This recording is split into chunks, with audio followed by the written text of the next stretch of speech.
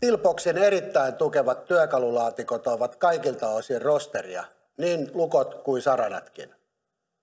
Laatikon runko on ympäri hitsattu ja kansi on joko mattapintainen tai kiilotettu. Kansi on varustettu vaijereilla ja valmius löytyy myös kaasujousille tai ketjuille. Lisävarusteena löytyy muun muassa matto laatikon pohjalle, välihyllyt ja lämmitin.